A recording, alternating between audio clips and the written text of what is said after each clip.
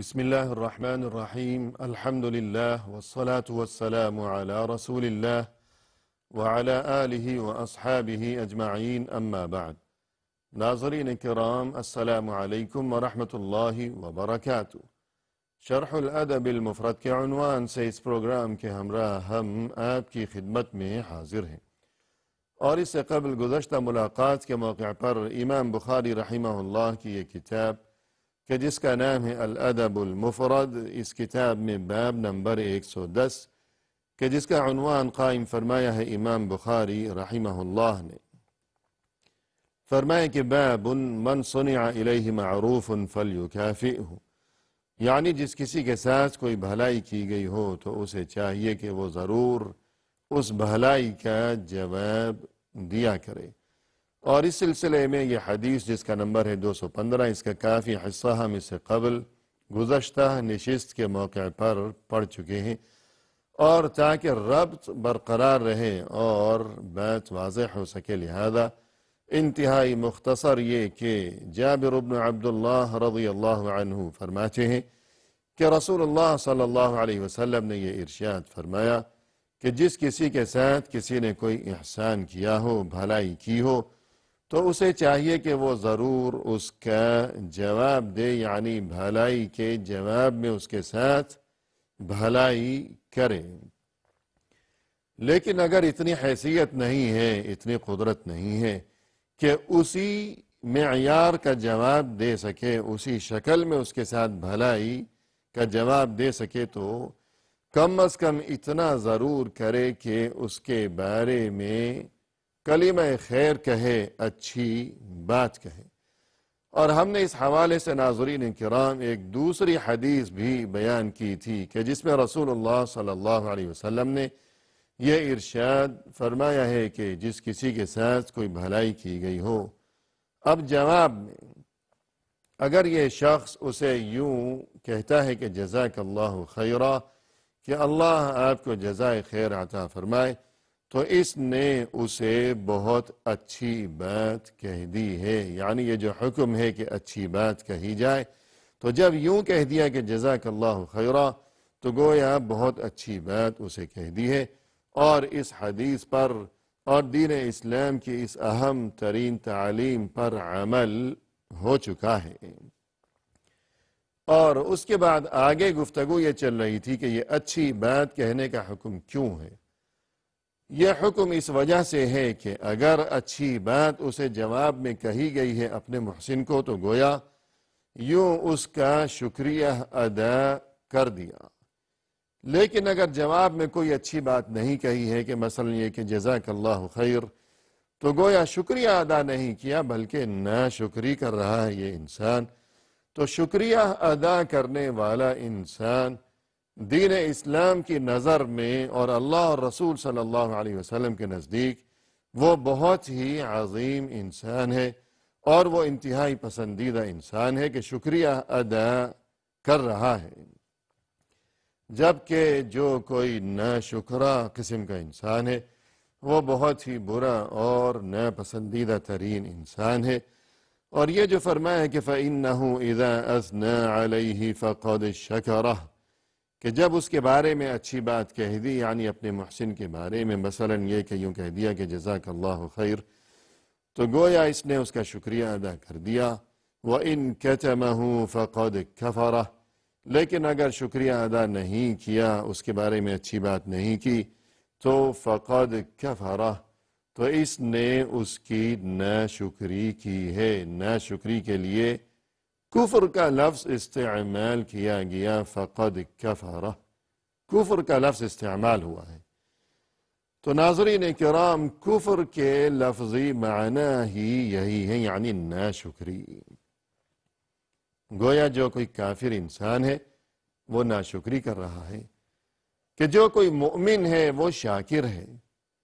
وہ اللہ کا شکر گزار ہے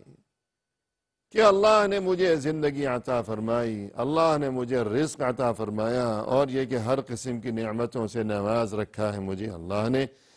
تو گویا اس چیز کا تقاضا یہ ہے کہ جواب میں اپنے اس منعم و محسن اور اپنے اس خالق و مالک کا شکریہ ادا کیا جائے۔ لہذا جو کوئی اللہ پر ایمان رکھتا ہے اور اللہ کی اطاعت و بندگی اور اللہ کی عبادت اور یہ کہ اپنی تمام تر زندگی وہ اپنے محسن یعنی اللہ کی مرضی کے مطابق جو کوئی بسر کیا کرتا ہے اور جسے زندگی کے ہر موڑ پر، ہر قدم پر، ہر لمحہ اور ہر آن یہ فکر جسے ستاتی ہے کہ کہیں مجھ سے کوئی ایسی حرکت سرزد نہ ہو جائے، کوئی ایسا کام میں نہ کر بیٹھوں کہ میرا وہ محسن مجھ سے کہیں ناراض نہ ہو جائے، تو گویا یہ شخص حقیقی مومن ہے۔ تو مومن یعنی اللہ کا شکر ادا کرنے والا، کہ شکر کی حقیقت یہی ہے کہ دل میں بھی احسان مندی کے جذبات ہوں، اللہ کے لیے احسان مند ہو انسان کا یہ دل، اور پھر مزید یہ کہ اسی چیز کا اقرار و اظہار زبان پر بھی جاری ہو کہ اللہ کی تعریف، اللہ کی تسبیح، اللہ کی حمد و ثنا، کہ یا اللہ تو ہی میرا رب ہے، میں تیرا بندہ ہوں، میں اس چیز کا اپنی زبان سے اقرار کرتا ہوں، اور یہ کہ اللہ کی تسبیح ہے، کبھی اللہ کی حمد و ثنا ہے۔ یہ بھی کافی نہیں ہے کہ دل میں احسان مندی کے جذبات، یہ کافی نہیں، مزید یہ کہ زبان سے بھی اقرار و اظہار، یہ بھی کافی نہیں، جب تک ان دونوں چیزوں کے ساتھ مزید یہ کہ تیسری چیز بھی شامل نہ ہو جائے کہ انسان کے یہ ہاتھ پاؤں اور انسان کا یہ تمام جسم، اور یہ کہ عملی طور پر اس چیز کا ثبوت جب تک انسان پیش نہیں کرے گا کہ اللہ اکبر کی صدا جب کان میں پڑی ہے تو انسان اٹھے اپنی جگہ سے اور نماز کے لیے تیاری کرے، مسجد کی طرف رواں دواں ہو جائے، رمضان کا مہینہ آیا ہے تو روزے رکھا کرے، اور اسی طرح دیگر تمام عبادات کے بعد یہ اخلاقیات کہ اللہ کے بندوں کے ساتھ جو انسان کا رویہ ہے، جو سلوک ہے، جو اخلاق ہے، جو معاملات ہیں، الغرض شکر کی حقیقت یہی ہے کہ دل میں بھی احسان مندی کے جذبات، مزید یہ کہ زبان سے بھی اسی چیز کا اقرار و اظہار، اور پھر مزید یہ کہ عمل بھی اس محسن یعنی اللہ کی مرضی کے مطابق ہی کیا کرے انسان۔ یہ ہے شکر کی حقیقت، اور جس کسی کی یہ کیفیت ہو کہ وہ شکر ادا کیا کرتا ہے، ناشکرا نہیں ہے، تو یہ ہے مومن، اور جس کی یہ کیفیت نہیں ہے وہ ناشکرا ہے۔ تو قرآن کریم میں ہم دیکھتے ہیں ناظرین کرام کہ ایمان کے مقابلے میں جس طرح کفر کا لفظ استعمال کیا گیا، مومن کے مقابلے میں جس طرح کافر کا تذکرہ کیا گیا، تو اسی طرح مومن کے لیے بعض اوقات شاکر کا لفظ استعمال ہوا یعنی شکر گزار، اور یہ کہ اس کے مقابلے میں کافر کا لفظ یعنی ناشکرا۔ تو کفر کے لفظی معنی ہوئے ناشکری کرنا، کہ قرآن کریم میں ارشاد ہے کہ فَمَنْ شَاءَ فَلْيُؤْمِنْ وَمَنْ شَاءَ فَلْيَكْفُرْ، یہ خیر کا راستہ ہے جو تمہیں جنت تک پہنچائے گا، اور یہ برائی کا راستہ ہے جو تمہیں جہنم اور وہاں کے عذاب تک پہنچائے گا۔ اللہ نے تمہیں دونوں راستے بتا دیے، اور خیر اور شر کو، اور اپنے لیے اچھے انجام کو اور برے انجام کو سمجھنے کے لیے اللہ نے عقل و شعور کی نعمت سے بھی نوازا۔ اب یہ تمہاری مرضی ہے، اب تمہاری مرضی، تم میں سے جو چاہے وہ اس بھلائی کے راستے کو اختیار کرے اور خیر و خوبی کا سامان اپنے دامن میں سمیٹ لے،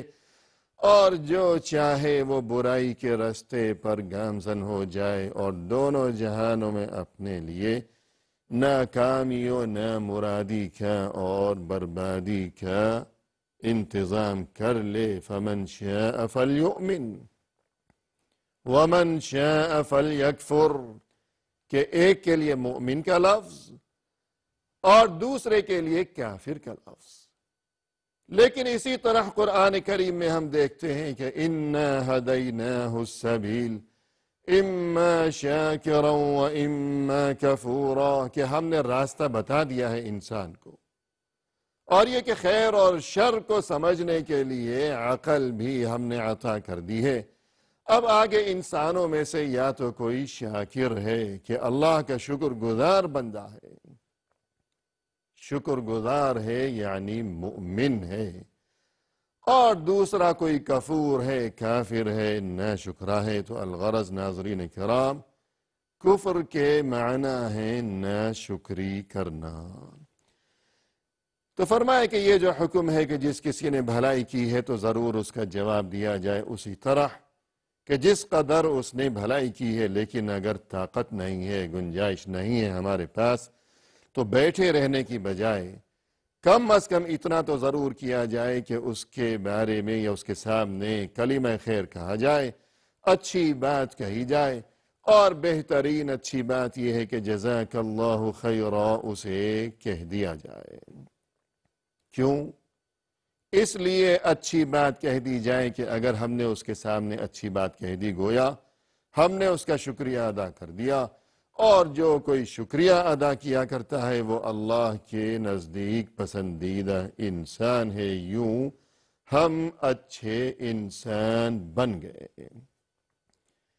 لیکن اگر ہم نے اچھی بات نہیں کی، شکریہ ادا نہیں کیا، تو گویا ہم نے ناشکری کی، اور یہ کہ اللہ اور رسول صلی اللہ علیہ وسلم کے نزدیک ناشکری کرنے والا انسان وہ بہت برا انسان ہے۔ تو جو کوئی اپنے محسن کے سامنے اچھی بات نہیں کہے گا، گویا وہ ناشکرا ہے، اور گویا وہ یوں دین کی نظر میں برا انسان ہے، وہ کوئی اچھا آدمی نہیں ہے۔ اور اس کے بعد ناظرین کرام، اسی حدیث کا جو آخری حصہ ہے، اس میں ہمارے لیے رسول اللہ صلی اللہ علیہ وسلم کی طرف سے ایک اور انتہائی اہم ترین تعلیم ہے کہ بہت سے لوگ اس طرف توجہ نہیں دیتے، لیکن ہم سبھی کو اس طرف ضرور توجہ دینی چاہیے اور اس معاملے کی نزاکت کو سمجھنا چاہیے۔ فرمایا وَمَن تَحَلَّى بِمَا لَمْ يُعْطَ فَكَأَنَّمَا لَبِسَ ثَوْبَيْ زُورٍ،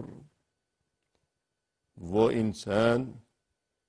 جس نے خود کو سنوارنے سجانے کی کوشش کی ہو کسی ایسی چیز کے ذریعے کہ وہ چیز اس میں موجود نہیں ہے، گویا اس نے جھوٹ کا لباس پہن رکھا ہے۔ یعنی ناظرین کرام، فرض کیجئے کہ کوئی ایسی خوبی جو انسان میں موجود نہیں ہے، لیکن دنیا کے سامنے وہ یوں ظاہر کر رہا ہے کہ مجھ میں یہ خوبی موجود ہے۔ مثال کے ذریعے تاکہ بات زیادہ واضح ہو جائے، مثلا کوئی کتاب ہے، کسی نے کوئی کتاب لکھی ہے، کوئی مضمون لکھا ہے، یا کوئی اس کا کوئی شعر ہے، کوئی نظم ہے، تو اب دوسرا انسان آتا ہے اور اس کتاب پر سے اس کا نام مٹایا اور اپنا نام وہاں لکھ دیا، اور دنیا کے سامنے یوں ظاہر کرتا ہے، جھوٹا دعویٰ کرتا ہے کہ یہ کتاب میں نے لکھی ہے، کہ یہ میرا کام ہے، اور یہ کہ میں اتنا قابل اور لائق و فائق قسم کا انسان، میں مصنف، میں مؤلف، میں نے یہ کتاب لکھی ہے۔ یا اسی طرح کسی دوسرے کا مضمون ہے یا کوئی بھی کلام ہے، جسے آج کل کی اصطلاح میں ادبی سرقہ بھی کہا جاتا ہے، کہ یہ جو ادب کی دنیا ہے، یعنی کتابی دنیا، علمی دنیا، تصنیف و تالیف وغیرہ، تو بہت سے لوگ یوں کیا کرتے ہیں کہ یہ اس قدر ناپسندیدہ ترین حرکت کہ کسی دوسرے کا مضمون کسی پرانے اخبار سے، کسی رسالے سے لے لیا، اور یہ کہ لوگ تو اس بات کو بھول چکے ہوں گے، جس نے وہ کتاب لکھی ہے، وہ مضمون لکھا ہے، سالوں گزر گئے، ایک زمانہ گزر چکا، وہ بھی اس دنیا سے رخصت ہو چکا ہے، اور یہ کہ وہ کہاں آئے گا اور مجھ سے کہاں وہ یہ بات پوچھے گا کہ تم نے میرا مضمون کیوں چرایا، وہ تو دنیا میں ہی نہیں ہے، لہذا موقع اچھا ہے وہ مضمون اٹھایا اور اپنے نام سے اسے دوبارہ کسی اخبار میں رسالے میں شائع کر دیا۔ تو یہ بہت بڑی چوری ہے، اور رسول اللہ صلی اللہ علیہ وسلم کی طرف سے اس وعید میں یہ چیز شامل ہے۔ اور اسی طرح فرض کیجئے ناظرین کرام کہ بہت سے لوگ امتحان دیتے وقت نقل کیا کرتے ہیں کہ کوئی دیکھا کہ اچھا طالب علم ہے، برابر میں اس کے ساتھ بیٹھے ہوئے ہیں، تو موقع اچھا ہے تو اسے دیکھ دیکھ کر خود بھی جواب لکھ رہے ہیں، یا اسی طرح اپنے ساتھ کوئی مواد، کوئی پرچہ، کوئی کتاب چھپا کر جیب میں ادھر ادھر کہیں رکھ کے لے آئے چھپا کر، اور جب موقع ملا کوئی نہیں دیکھ رہا تو ایک ورق کھولا، پرچہ نکالا اور دیکھ دیکھ کر لکھتے گئے، یوں پاس ہوئے ہیں، یوں ڈگری حاصل کی ہے، وہ بھی اس میں شامل ہے۔ اور اسی طرح ناظرین کرام جس کسی کے پاس جعلی ڈگری ہے، نقلی ڈگری لے آیا ہے کہیں سے رشوت دے کر، پیسے دے کر، اور یہ کہ کسی دفتر میں، کسی کارخانے میں، فیکٹری میں، آفس میں ملازمت کر رہا ہے، اس ڈگری کی بنیاد پر، اور وہ جو ادارہ ہے یا فیکٹری ہے انہیں خبر ہی نہیں کہ اس کی ڈگری یہ جعلی ہے، نقلی ہے، اور یہ کہ دراصل یہ اس ملازمت کے اور اس پوسٹ کے لائق نہیں ہے، لیکن اس کے باوجود وہ وہاں کام کرتا ہے اور تنخواہ بھی وصول کیا کرتا ہے، اور اس کی ڈگری ہے جعلی، یا یہ کہ سرے سے کوئی ڈگری ہی نہیں ہے، سفارش کی وجہ سے لگ گیا کسی جگہ، کسی دفتر میں، اور وہ جو مطلوبہ تعلیم ہے، وہ سند ہے، وہ ڈگری ہے، وہ اس کے پاس نہیں ہے۔ تو یہ تمام باتیں ناظرین کرام رسول اللہ صلی اللہ علیہ وسلم کی طرف سے اس انتہائی شدید ترین وعید میں شامل ہیں۔ اور مزید افسوس کی بات یہ ہے کہ بغیر ڈگری کے کسی کی سفارش کی بنیاد پر جو کوئی کسی ملازمت پر لگا ہوا ہے، بجائے اس کے کہ وہ اس بات کو چھپائے، اور بجائے اس کے کہ وہ شرمندگی محسوس کرے، اور بجائے اس کے کہ اسے یہ فکر ہو کہ کسی کو یہ بات معلوم نہ ہو جائے، بہت سے لوگ اسے اپنے لیے فخر سمجھتے ہیں کہ اس میں ہمارے لیے عزت ہے کہ جس کسی کو یہ بات معلوم ہوگی کہ ہم تو بغیر ڈگری کے ہی لگ گئے سفارش کی وجہ سے، تو ہمارے اتنے بڑے بڑے لوگوں کے ساتھ یوں تعلقات کے دنیا کو جس کام کے لیے بڑی ڈگری چاہیے، ہمارا وہ کام بغیر ڈگری کے ہی ہو جایا کرتا ہے۔ تو بہت سے لوگوں کی یوں سوچ بھی ہوا کرتی ہے، لیکن یہ کہ رسول اللہ صلی اللہ علیہ وسلم نے فرمایا کہ جس کسی کا یہ حال ہو فَكَأَنَّمَا لَبِسَ ثَوْبَيْ زُورٍ، کے سر سے پاؤں تک وہ جھوٹا انسان ہے۔ اس نے یہ جو لباس پہن رکھا ہے کہ لباس کے دو حصے ہوا کرتے ہیں، ازار اور رداء، کے ایک اوپر پہننے کے لیے، ایک نیچے پہننے کے لیے، تو دونوں حصے یعنی سر سے پاؤں تک اس نے جو لباس پہنا ہوا ہے اس انسان نے، یہ جھوٹ کا لباس ہے، یہ جھوٹ کا پلندہ ہے، سر سے پاؤں تک یہ خود سراسر مجسمہ جھوٹ ہے کہ وہ خوبی اس کے اندر نہیں ہے، مگر دنیا کے سامنے ظاہر کرتا ہے کہ یہ خوبی میرے اندر موجود ہے، اور اس چیز کی وجہ سے یہ دنیا کے سامنے اپنی جھوٹی شان دکھایا کرتا ہے۔ تو اس قسم کے لوگ سمجھ لیں اس بات کو کہ رسول اللہ صلی اللہ علیہ وسلم کا یہ ارشاد گرامی کہ سر سے پاؤں تک جھوٹ ہی جھوٹ ہے، اور جھوٹ کے سوا اور کچھ نہیں ہے، تو پھر آخرت میں اللہ کے سامنے کیا بنے گا، اور وہاں حشر کے میدان میں اس کا کیا افسوسناک انجام ہونے والا ہے، اس بات کو یاد رکھنا ضروری ہے۔